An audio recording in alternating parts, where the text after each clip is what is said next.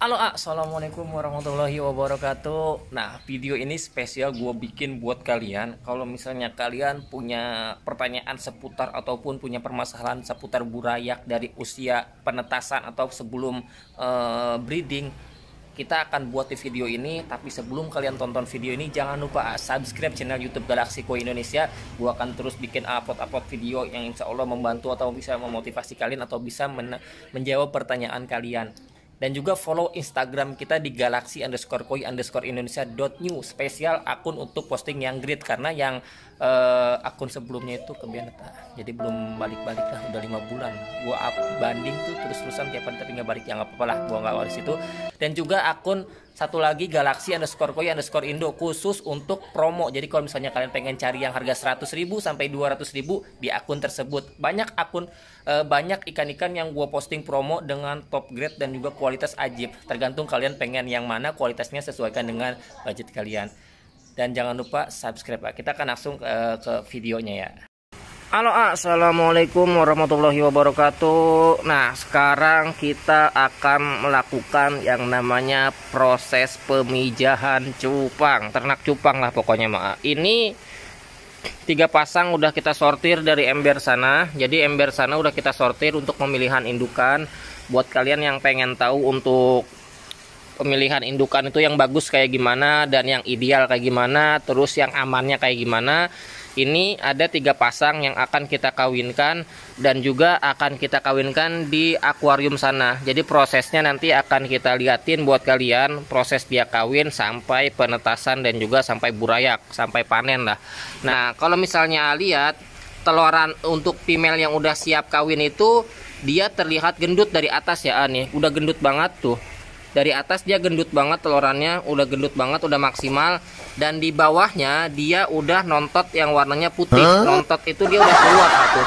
Kalau misalnya dilihat di bawahnya itu, dia di bawah tali pusernya itu dia ada yang nontot putih-putih. Nah, yang nontot putih-putih itu teloran, Jadi kalau misalnya udah nontot, artinya dia udah matang lah telorannya. Ini salah satu dari postur badan. Jangan sampai nyendok ya, dan juga jangan sampai bantet. Nah, ini nggak ada dolphin itu nyendok, jadi nggak ada nyendoknya. Terus juga dasinya panjang. Nah, ini dasinya panjang. Ini salah satu ciri indukan yang udah standar lah untuk dibreed, jadi aman lah seperti itu. Jadi jangan sampai palanya nyendok kalian breeding, nanti anakannya juga nanti trouble lah kayak gitu. Kita nyari amannya aja. Ini yang biasa gua kawinin itu settingannya tebal tipis. Tebal tipis tuh dia jantannya kalau misalnya lihat dominan warna merah, galaksinya tipis. Nah, ini yang disebut tipis, tapi di ekor sama anal itu ada galaksinya. Nah, di betina dia tebel, di jantannya, di badannya, jadi dia di hampir anal, dorsal, ekor, di badan itu galaksinya tebel. Nah, kita timpa sama yang jantan seperti ini. Nanti jantan pun ini akan naik galaksinya setelah kawin ya. Jadi ini udah enak banget, udah saling melengkapi, dan ini udah proporsional banget buat indukan. Kita akan langsung kawinin di 2 sana ya. Jadi 1 pasang akan kawin di ember, 2 di akuarium. Akan kita videokan pas lagi proses kawin. Tapi jangan sampai ngebuat ikan ini stres.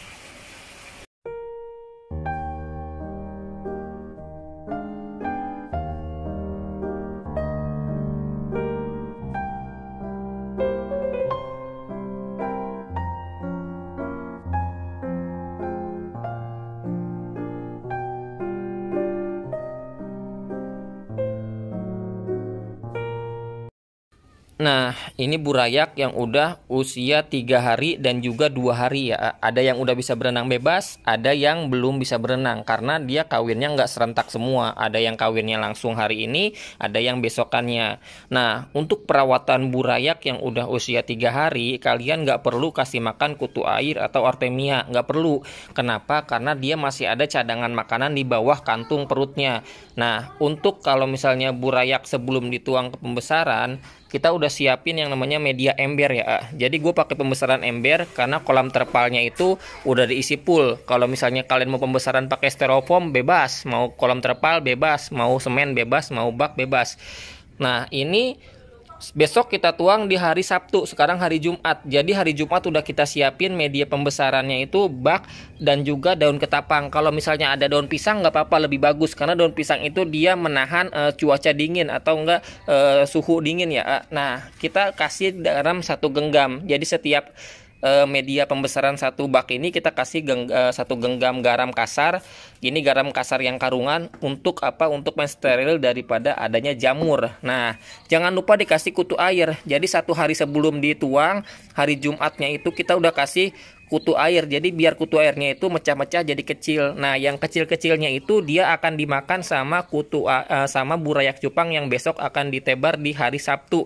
Nah, ini medianya itu diameter 50. Jadi ini kalau misalnya kalian burayaknya lebih dari 400 ekor atau lebih dari 350 ekor, saran gue ditebar menjadi 2. Jangan sampai tebar padat, nanti dia akan pertumbuhannya lambat, akan bantet. Jadi biar lebih maksimal pertumbuhannya. Jangan lupa selama jantan menjaga burayak ataupun menjaga telur pada saat proses penetasan dan juga usia burayak 3 hari, jantan dikasih makan pakai cacing sutra aja biar lebih simpel.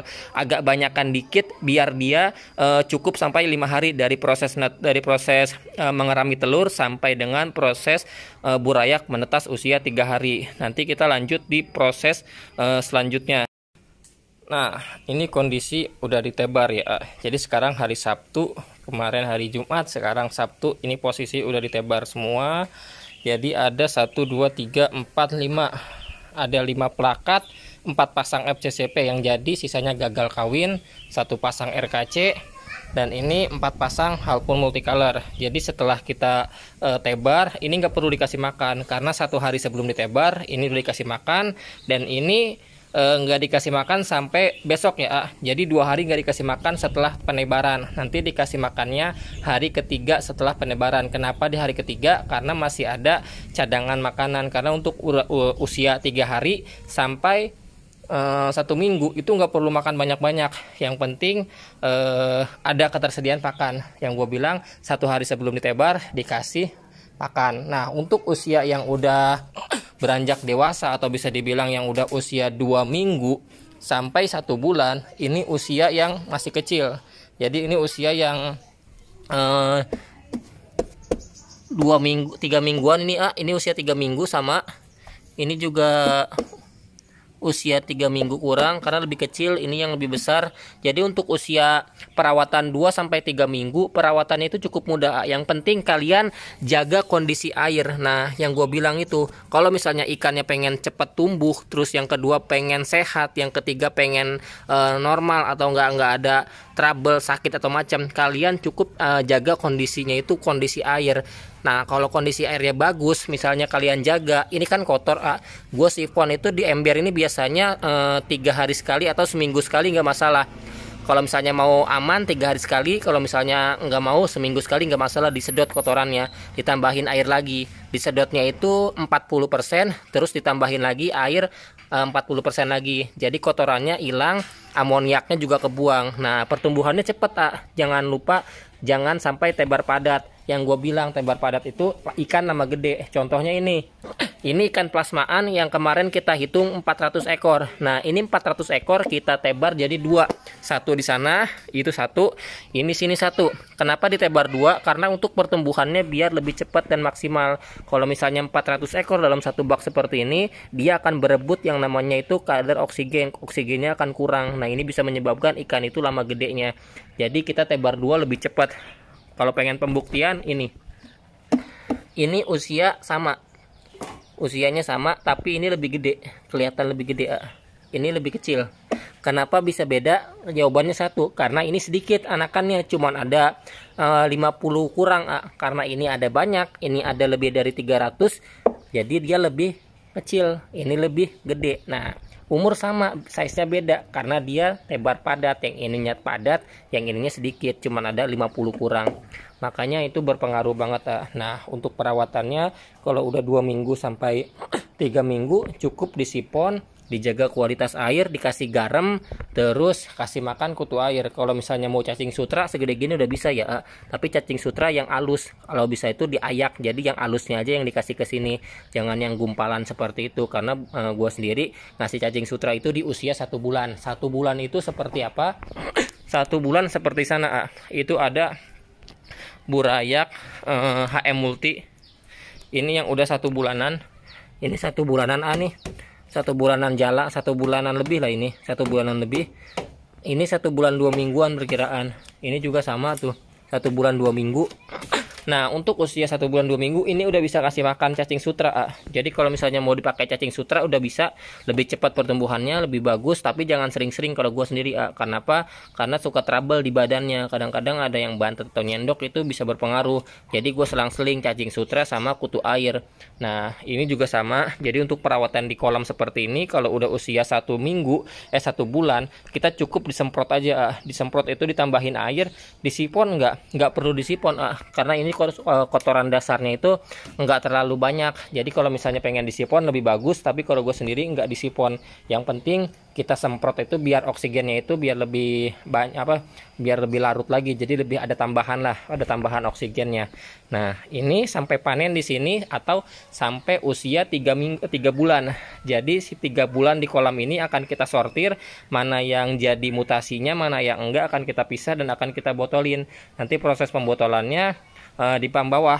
Jadi seperti ini prosesnya dari pertama pemilihan indukan sampai usia 3 bulan atau panen seperti ini. Buat kalian yang punya pertanyaan, komen di bawah ini. Jangan lupa subscribe. Terima kasih banyak. Assalamualaikum.